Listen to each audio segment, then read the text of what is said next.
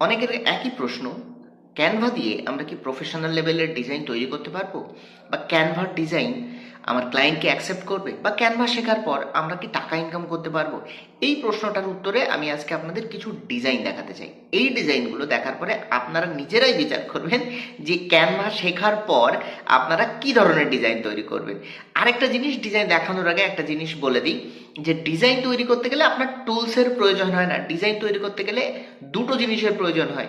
একটা হচ্ছে design principal, আর একটা হচ্ছে ক্রিয়েটিভ মাইন্ড। আপনার কাছে যদি এই দুটো জিনিস না থাকে, ফটোশপ আপনাকে গুলে খাইয়ে দিলেও আপনি জীবনেও ডিজাইন তৈরি করতে পারবেন না। চলুন দেখিয়ে দিচ্ছি।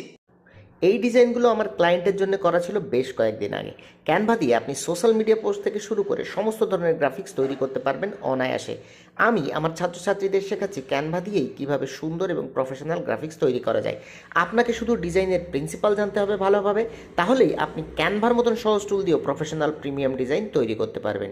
শুধু ডিজাইন টুলস জানলেই হয় না, জানতে হয় কীভাবে ডিজাইন মানুষকে অ্যাট্রাক্ট করে এবং কীভাবে আপনার ডিজাইন আপনার বিজনেসের গল্পটা প্রকাশ করে। আপনি যদি বিগিনার হয়ে থাকেন এবং গ্রাফিক ডিজাইন শিখতে চান, তাহলে আজই ক্যানভা শুরু করুন। আপনার ডিজাইনের যাত্রাটা খুব সহজ হবে। বাংলাতে এমন গ্রাফিক ডিজাইনের টিপস ট্রিক্স পেতে আমাকে ফলো করতে ভুলবেন না।